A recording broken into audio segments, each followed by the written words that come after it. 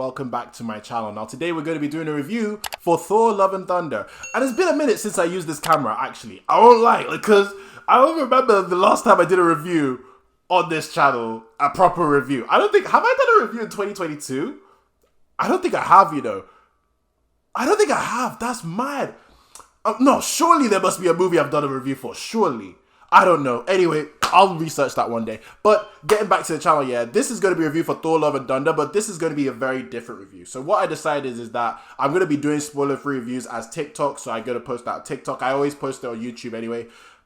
Whatever, any social media that I have or I use, it's there, right? Not Facebook, but it's there. So I'm going to be doing the spoiler-free reviews through there, and I'm going to do spoiler reviews in these type of longer videos because I just want to talk about the movie and not have to be too restrictive. And if you want spoiler-free content, you would just go for the 1 minute TikTok. No, like you don't want too many spoilers, so may as well make this a spoiler video. So that's basically how these reviews are going to run right now. So just to let everyone know, there is a spoiler warning. I'm about to spoil Thor Love and Thunder. If you have not watched Thor Love and Thunder, please click off the video now. Come back when you've watched it. All right, cool. First things first.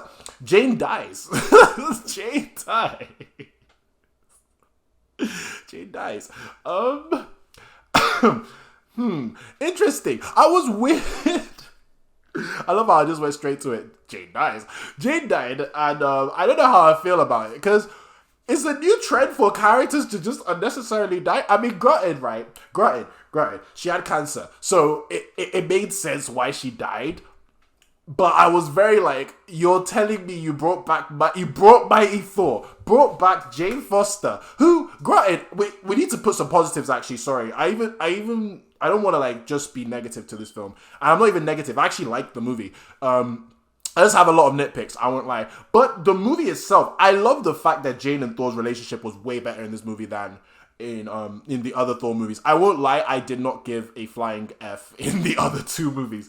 But in this movie, all that nostalgia from all those two movies of Jane and Thor just smacked my brain. Like, I was shocked. I didn't expect to like Jane in this movie so much when I barely cared about her in the first two. I'm shocked. That is good ass writing. I can't lie. Because, like, even the way they illustrated their relationship and all the stuff we didn't see, it was just so fun and interesting. So, thank you for that, Taika. Thank you. Like, you made Jane cool. Like, I didn't think that would be possible. And that's why I was annoyed when she died. Because I was like, Jane they finally redeemed this character, right? She's a freaking badass on top of it. I'm not even talking about the Mighty Thor stuff. I'm talking Jane Foster. Jane Foster redeemed herself in this movie, right? Then Mighty Thor on top of it is banging. So I was just like, cool, we got a brand new Thor. Let's have our Thor adventures. Let Thor be happy, even have some love, have a kid. No, she dies. I'm just like, no, like, no, bro. Like, granted, right?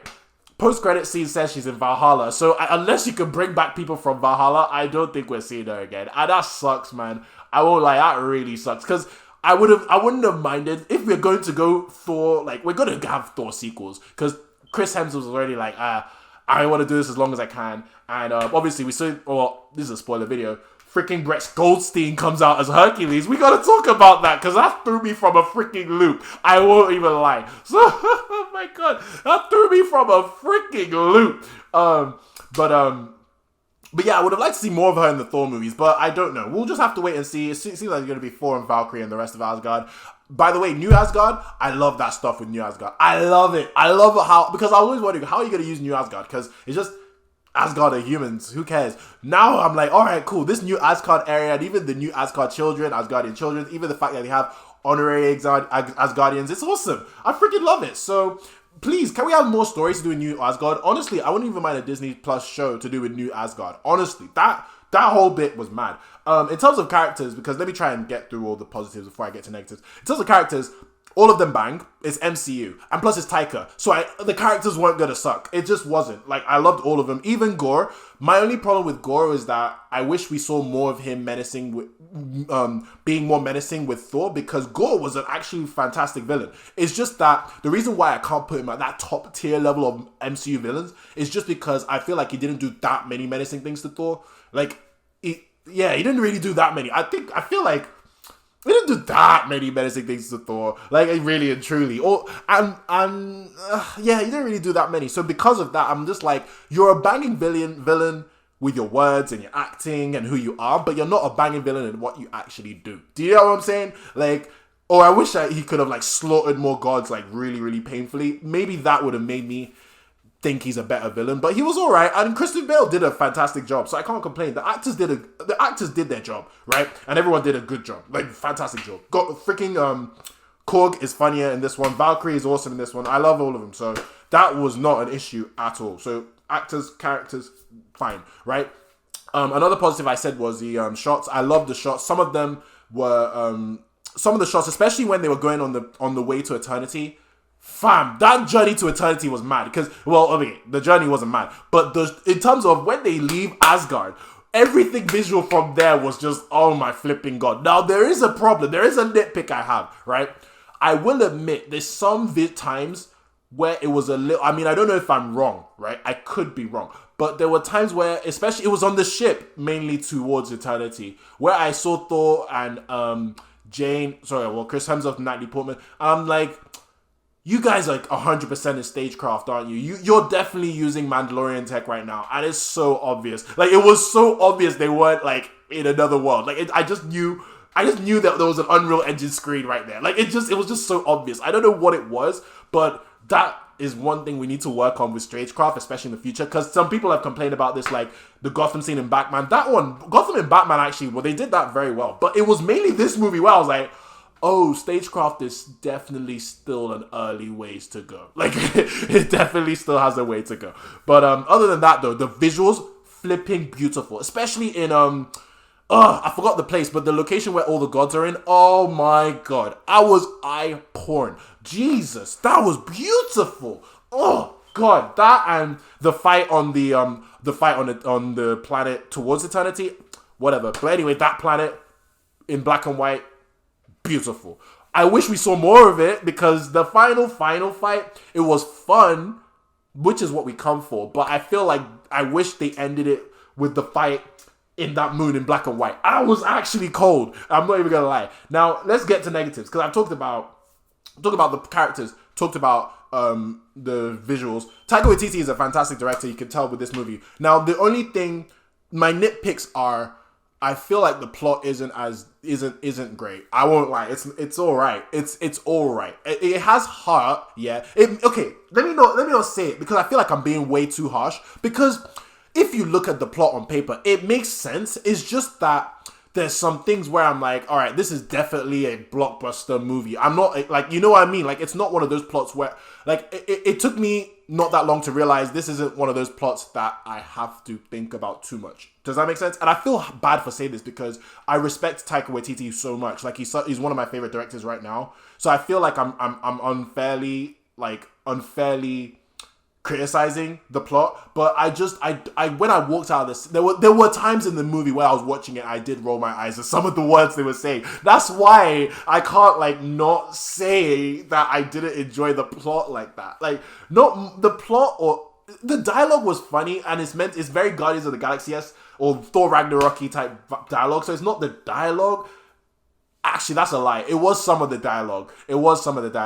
But that was cheesy, and it's meant to be a cheesy film. Do you see why? Like, this is why in my early review, my 1 minute TikTok review, is that I have no idea what to rate this movie because it's meant to be cheesy, but I didn't like some of the cheese. Does that make sense? So that's why I'm so torn, because there's so much good, but yet I'm in this space where I watched this movie and I saw the plot and I'm just like, oh, it's another summer blockbuster. It's not like. And this is how I feel about a lot of Marvel movies. I won't lie. This is the same reason why, for the same thing I had, the same exact, literally these more or less the same reasons for Doctor Strange and the Multiverse of Madness. I think like both, like I walked out of Doctor Strange and Multiverse of Madness and I was so confused what to rate it. I was just like, is this a good movie or is it just good mid? Because the plot was so alright, like, you know what I mean? And this is how it feels like with this Thor movie. Now, granted, it's not like it's bad, it's a good movie, but I will feel like some people might call it bad because of it. Now, hit or miss, it's up to you, it's up to the person, and I advise everyone to at least go and see it. If you're a Thor fan, I feel like you won't hate it. You'll walk out and be like, you know what, it was fun. And that's how I feel. It was fun. Now, obviously, I was expecting more because this is the sequel to Thor Ragnarok, which is amazing, but hey, I have fun. And I can't really complain too much about that, I guess. So, yeah, that's my spoiler review on Thor, is that I love the characters. The visuals were absolutely insane except for certain parts. But actually, I take that back. Some of the visuals was a little wonky in the beginning. I was like, a little wonky. But, and the Guardians were barely in this movie. Fam, they literally rock up, rock out, bro. They rock up, rock out. That's such a shame. I thought they were, the way they were talking, I thought they were actually kind of prominent. But yeah, I like the characters and the visuals are fine. Everything else, I'm half and half. That's how I look at it. And oh yeah, I even forgot to mention, Zeus is in this movie. Russell Crowe was funny as Zeus. And I liked him as Zeus. Now, going on to the post-credit scene with Brett Goldstein that I mentioned earlier. So, Zeus, I love the fact that Zeus is still alive. Thank God. I was actually mad that he died. I was like, no, don't kill this guy off so easily. Thank God. And Brett Goldstein is now Hercules. Now, here's the thing about Brett Goldstein as Hercules, yeah. If you look at him, he actually fits it well. If you're looking for a Greek dude, he's not Greek, right? I mean, unless someone correct me in the comments, from as far as I know, he's English as snow. But he's not Greek, right? But he looks like a Greek dude. So him being Hercules makes sense. It just threw me out of the flipping loop because I'm like, Roy? Roy from Ted Lasso? Like, the one that swears all the time? And I was just like, what happened? Why are you here? But to be honest with you, he could probably kill it, and the look makes sense. It just threw me so off because I was so lost as to why Roy was here. Like literally, I would lie. But other than that, man, whatever. I had a good time. It was a fun movie. I'll probably watch it. It's one of those movies I'll watch again if I'm bored. It's not one of those I'm excited to go and watch again. So that's the only shame. Like I won't lie.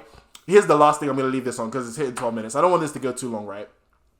I will admit that my love for Marvel has, this is not to sound too deep, it has gone down a bit. And it's not like I don't love Marvel. It's still my favorite franchise. I will still rush out to watch every Marvel property. I still have to catch up with What If. But everything else, I will watch day one. I will go to the cinema to watch your movie on Thursday nights to watch it day one. But my problem is, these movies aren't like, how do I explain it? Early MCU, it seemed like they were trying to like change the game. These movies are feeling very ride the wavy, and I don't know how I feel about it because they feel like let's just have fun, and there's nothing wrong with having fun, but you can have fun and make something incredible, like a Thor Ragnarok. Do you get what I'm saying? Like that, I feel like the last great movie from MCU was Spider-Man No Way Home, and I don't know when we're gonna get the next one. I'm hoping Black Panther is it. I thought Thor was gonna be it. I won't lie. I thought it was gonna be Thor. I said there's no way. There's no way it's Thor. Like, there's no way. But it's not. So, will Black Panther be that dude? I don't know. We'll have to wait and see. But all I gotta say is, man, I don't know. I'm in a very weird space with Marvel because I don't know how this ship sails completely fine for the next 10 years. Except if you throw in X-Men. Like, the only saving grace for Marvel right now is X-Men is still not here. I feel like as soon as X-Men, Fantastic Four, and Deadpool are in, and they're fully going, and they have their franchises, this is where I'm going to start looking at Marvel and be like, alright, cool, you have all your big hitters now.